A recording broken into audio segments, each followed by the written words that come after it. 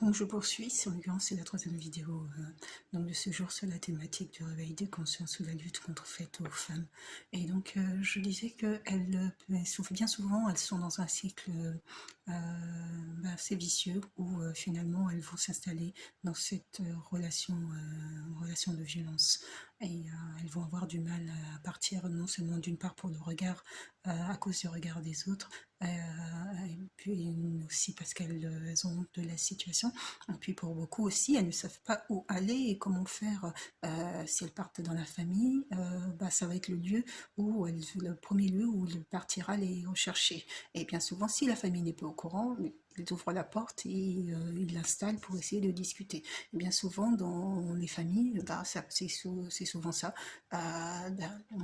L'époux arrive avec une forme de représentant, et puis il demande pardon de la situation qui a pu se dérouler, et il demande à ce que son épouse revienne.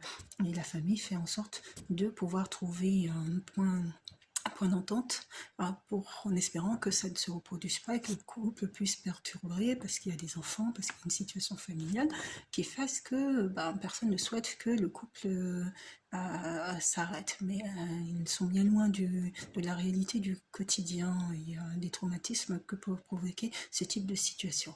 Ce qui est autre point qui est très embêtant, c'est également le travail qui est fait auprès de ces femmes. Et c'est un travail qui est assez fatigant finalement, et je préfère être honnête parce qu'en fait on fera tout pour pouvoir les aider. Les travailleuses sociales feront tout pour pouvoir les aider, sauf qu'elles vont mettre en échec euh, les aides qui vont leur être tendues. Parce qu'il y a le poids de la famille, parce qu'il y a le poids du regard de la société, parce qu'il y a qu'est-ce qu'on va devenir, parce que ça va être la galère pendant les premières années.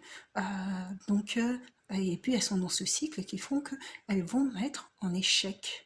Et, sauf qu'elles mettent en échec également tout le travail qui a été fait par des travailleurs sociaux.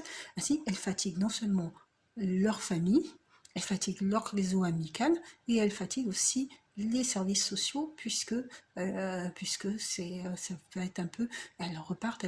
Et c'est même ça le danger, même au niveau des commissariats de police, c'est que les commissariats de police, lorsqu'ils interviennent sur des situations comme ça, où ce n'est pas la première fois qu'il y a eu des appels pour des violences conjugales et qu'elle est en plus revenue, les policiers aussi sont aussi un petit moment agacés, et donc ne prennent pas forcément conscience de tous les risques de la situation, parce qu'il y a peut-être un jour où il sera, je dirais, un peu plus calme, et le jour où justement il sera dans un état tel qu'il aurait fallu l'embarquer rapidement, il ne va pas être embarqué rapidement, et les policiers s'en vont, et finalement le pire arrive dans ce type de situation.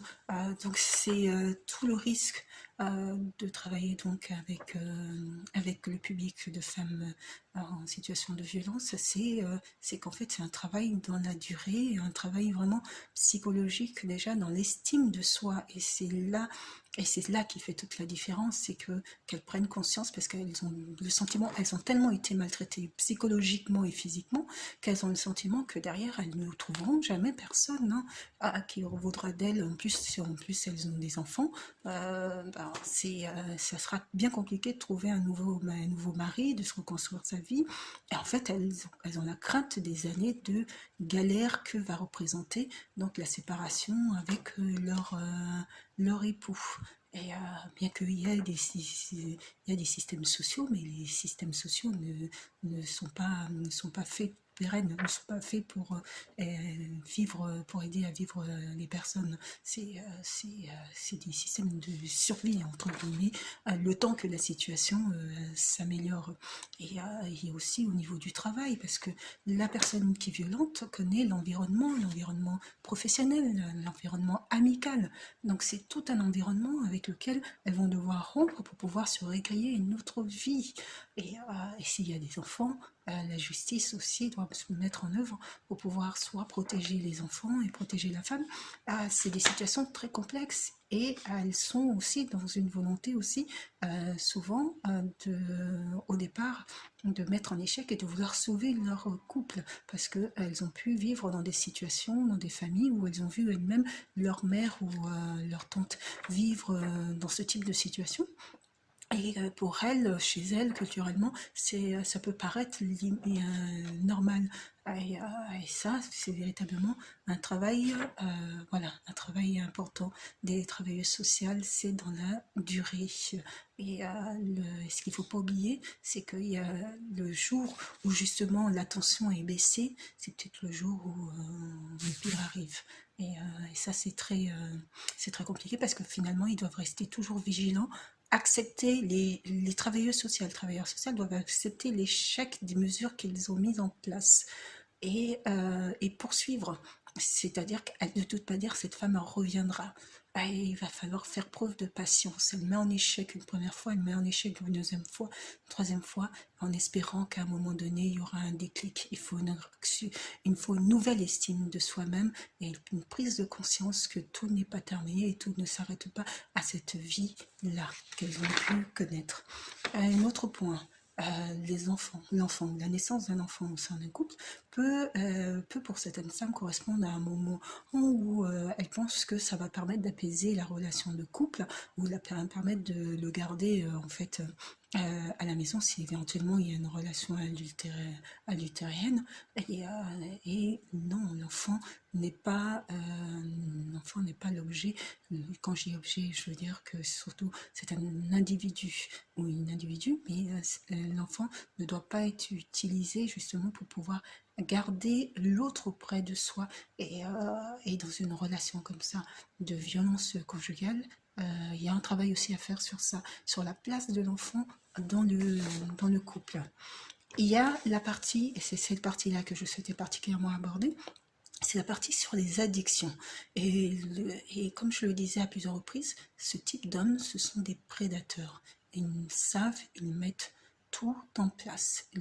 La partie de la rencontre, et c'est là où ces femmes, je souhaite qu'elles prennent conscience, c'est que même la rencontre a été planifiée. Sa copine, elle savait qu'il allait se rencontrer à ce moment-là et il lui a certainement dit arrange-moi le coup.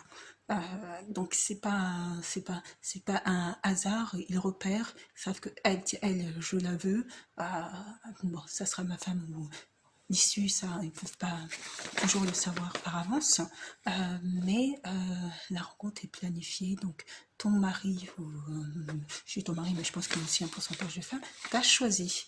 T'as choisi soit pour être sa femme dans ce cas-là, pour faire des enfants et pour ce type de situation te taire, mais ton mari t'a choisi, mais tu n'as pas été choisi au hasard.